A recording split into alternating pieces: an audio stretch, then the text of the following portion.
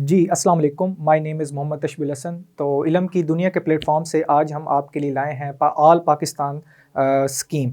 ठीक है, तो आज हम जो स्कीम लेके आए हैं वो आपके सामने है 10th केमिस्ट्री। ठीक है, इसमें हम आपको वजाहत से बताएंगे कि एमसीक्यूज़, शॉर्ट क्वेश्चंस और साथ में लॉन्ग।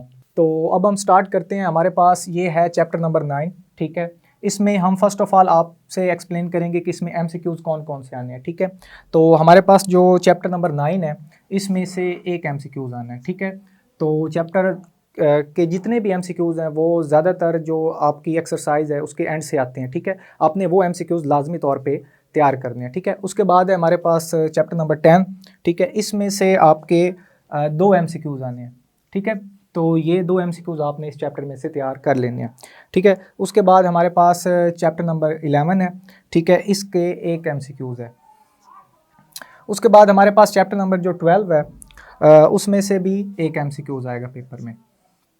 ठीक है, उसके बाद जो हमारे पास चैप्टर नंबर 13 है इसमें से दो एमसीक्यूज़ आएंगे। और चैप्टर नंबर जो हमारे पास 14 है इसके भी दो एमसीक्यूज़ आएंगे। ठीक है, और चैप्टर नंबर जो 15 है इसके भी दो एमसीक्यूज़ आएंगे। और जो चैप्टर नंबर 16 है इसके 1 एमसीक्यूज़ आएगा। ठीक है, तो बेसिकली ये एमसीक्यूज़ का फॉर्मेट है। ठीक है, आपने ये लाजमी तौर पे जो एक्सरसाइज है ठीक है उसके आपने लाजमी तैयार करनी है, और बाकी कंसेप्चुअल बेस पे भी आप तैयार कर सकते हैं। ठीक है, उसके बाद हमारे पास अब हैं शॉर्ट क्वेश्चंस। ठीक है, तो शॉर्ट क्वेश्चंस है हमारे पास चैप्टर नंबर जो 9 है। ठीक है, इसमें से दो शॉर्ट क्वेश्चंस आएंगे। उसके बाद जो चैप्टर नंबर 11 है इसमें से चार आएंगे। ठीक है, उसके बाद जो चैप्टर नंबर 12 है इसमें से दो एमसीक्यूज आएंगे। अब देखें जो हमारे पास चैप्टर नंबर 9, 11 और जो 12 है ठीक है, इन तीन चैप्टर से हमारे पास 8 शॉर्ट क्वेश्चंस आएंगे। ठीक है, इन 8 में से आपने कितने करने हैं? सिर्फ 5। ठीक है, तो बेसिकली जो हमारे पास चैप्टर नंबर 11 है इसके 4 शॉर्ट जो कि बहुत ही ज़्यादा इंपॉर्टेंट है।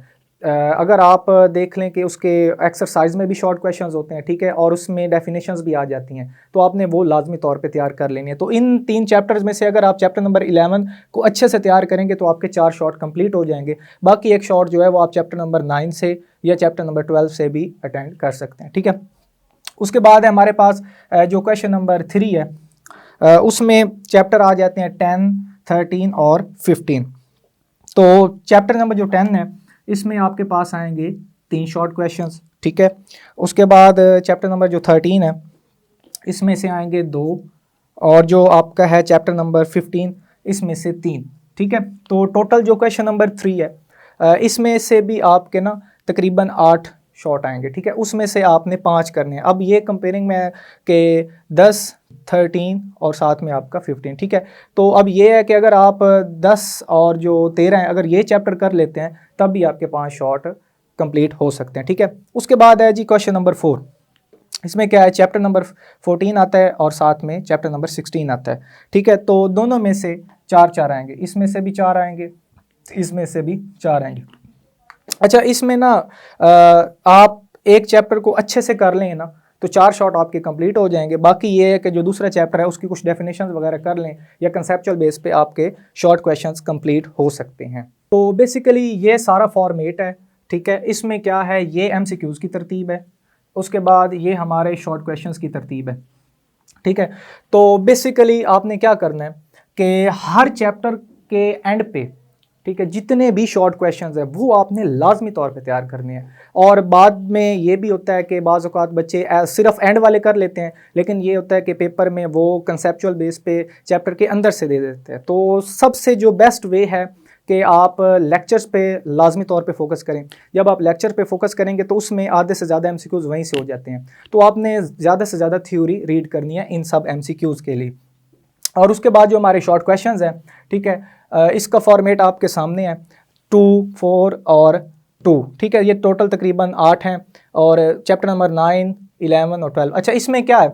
इसमें आपने रिएक्शंस लाजमी तौर पे करने हैं। जितने भी रिएक्शंस आएंगे वो आपने लाजमी करने हैं, और डायग्राम पे भी फोकस करना है।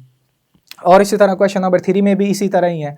तो बेसिकली मैं आपसे ये बयान करना चाह रहा हूँ कि ये जो चैप्टर्स हैं इनको एक तो आपने थ्योरी वाइज अच्छे से याद करना है, और इस पे हमारे चैनल पे इसके लेक्चर्स अवेलेबल हैं, आप वो सुन सकते हैं। इल्म की दुनिया पे आप सर्च कर सकते हैं, तो वहाँ पे आपने लेक्चर्स पे लाजमी फोकस करना है, क्योंकि यहाँ पे 25% जो है वो आपका कंसेप्चुअल बेस है। तो कंसेप्चुअल बेस के लिए आपको लेक्चर पे तवज्जो देना बहुत ज़्यादा ज़रूरी है। बाकी ये है कि आप सारा आपकी मेहनत पे डिपेंड है। जी, तो सबसे पहले हमने आपसे MCQ शेयर किए थे और साथ में शॉर्ट क्वेश्चंस। तो चलें अब हम आपसे लॉन्ग क्वेश्चन शेयर करते हैं। तो देखें कि हमारा जो क्वेश्चन नंबर 5 है, ठीक है, इसमें ए पार्ट है और बी पार्ट है। ठीक है, जो ए पार्ट है वो चैप्टर नंबर 9 में से आएगा, ठीक है, और हमारे पास जो बी पार्ट है वो चैप्टर नंबर 10 में से आएगा। ठीक है, तो जो आपका क्वेश्चन नंबर 5 है, इसके ए और बी पार्ट हैं, इसको कंप्लीट करने के लिए आपको चैप्टर नंबर 9 और 10 अच्छे से प्रिपेयर करना होगा। ठीक है, उसके बाद हमारे पास क्वेश्चन नंबर 6 है, तो इसका ए पार्ट जो है वो चैप्टर नंबर 13 में से आएगा। ठीक है, और जो बी पार्ट है वो चैप्टर नंबर 15 में से आएगा। ठीक है, तो क्वेश्चन नंबर 6 जो है इसको कंप्लीट करने के लिए आपको चैप्टर नंबर 13 और चैप्टर नंबर 15 को अच्छे से प्रिपेयर करना होगा। ठीक है, उसके बाद हमारे पास चैप्टर नंबर 7 है, तो इसका जो ए पार्ट है वो चैप्टर नंबर 12 में से आएगा। ठीक है, और जो बी पार्ट है वो 16 में से आएगा। तो ये हमारे पास लॉन्ग का फॉर्मेट है। ठीक है, तो question number 5, question number 6, question number 7 अच्छा, इन तीन में से आपको 2 लॉन्ग करने होंगे। ठीक है, अब आपकी मर्जी है कि क्वेश्चन नंबर 5 कर लें या क्वेश्चन नंबर 7 कर लें या क्वेश्चन नंबर 6 कर लें, ये आप पे डिपेंड करता है। ठीक है, अब ये नहीं है कि अगर आपने इसका पार्ट ए किया है तो इसका पार्ट बी इसके साथ अटैच कर लेंगे, नहीं, ऐसे आपको नंबर नहीं मिलेंगे। अगर आपने क्वेश्चन नंबर 5 करना है तो इसका ए और बी पार्ट आपको सॉल्व करना होगा। अगर आपको ये आता है, ये आप इसके साथ एडजस्ट नहीं कर सकते। तो बेसिकली ये हमारे पास लॉन्ग का फॉर्मेट था। अब ये हमारे पास यूनिट्स हैं और इसमें से कितने कितने मार्क्स आएंगे, यानी कि अब आपको अंदाज़ा हो जाएगा कि कौन कौन से जो आपके पास चैप्टर्स हैं वो बहुत ज़्यादा इंपॉर्टेंट है। ठीक है, अब हमारे पास जो चैप्टर नंबर 9 है इसमें से 9 मार्क्स आएंगे। कितने? 9। तो हमारे पास चैप्टर नंबर 9 में से 9 मार्क्स आएंगे। जो चैप्टर नंबर 10 है इसमें से 13 मार्क्स आएंगे, टोटल 13 मार्क्स। ठीक है, तो ये 9 से ज़्यादा इम्पॉर्टेंट है चूँकि इसमें 4 नंबर आपके ज़्यादा हैं। ठीक है, उसके बाद है आपका चैप्टर नंबर 11, तो इसके भी आपके 9 मार्क्स आएंगे। ठीक है, 9 और 11 दोनों में से 9 मार्क्स आएंगे। ठीक है, उसके बाद है आपका चैप्टर नंबर 12, इसमें से भी आपके 9 मार्क्स आएंगे। उसके बाद है चैप्टर नंबर 13, इसमें से भी 9 मार्क्स आएंगे आपके। ठीक है, और इसके बाद है चैप्टर नंबर 14, इसमें से आपके 10 मार्क्स आएंगे। तो ये आप इस फॉर्मेट को भी लाजमी याद रखें कि आपका कौन सा चैप्टर है जिसमें ज़्यादा मार्क्स आ रहे हैं। ठीक है, उसके बाद चैप्टर नंबर 15 है, इसमें से 13 मार्क्स आएंगे। ठीक है, उसके बाद चैप्टर नंबर जो 16 है इसमें से 15 मार्क्स आएंगे। ठीक है, अच्छा, ये फॉर्मेट आपसे शेयर करने का क्या मकसद है?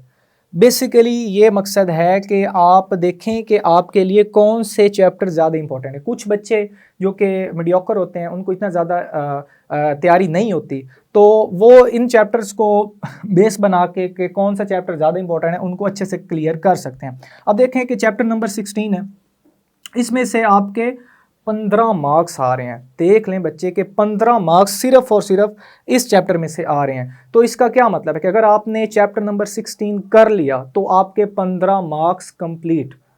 उसके बाद है आपका चैप्टर नंबर 10 और चैप्टर नंबर 15, इसमें से भी 13 मार्क्स हैं, यानी टोटल 26। अगर किसी ने पास होना है, ठीक है, तो वो ये 2 चैप्टर कर ले, चैप्टर नंबर 10 और चैप्टर नंबर 15। ठीक है, इसमें क्या होगा, 13 मार्क्स हैं, 26, वो इजीली पास हो जाएगा।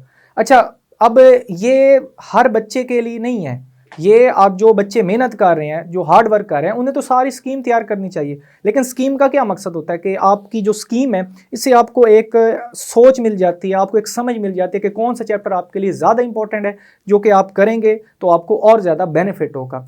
तो इस पैटर्न को आपने लाजमी फॉलो करना है।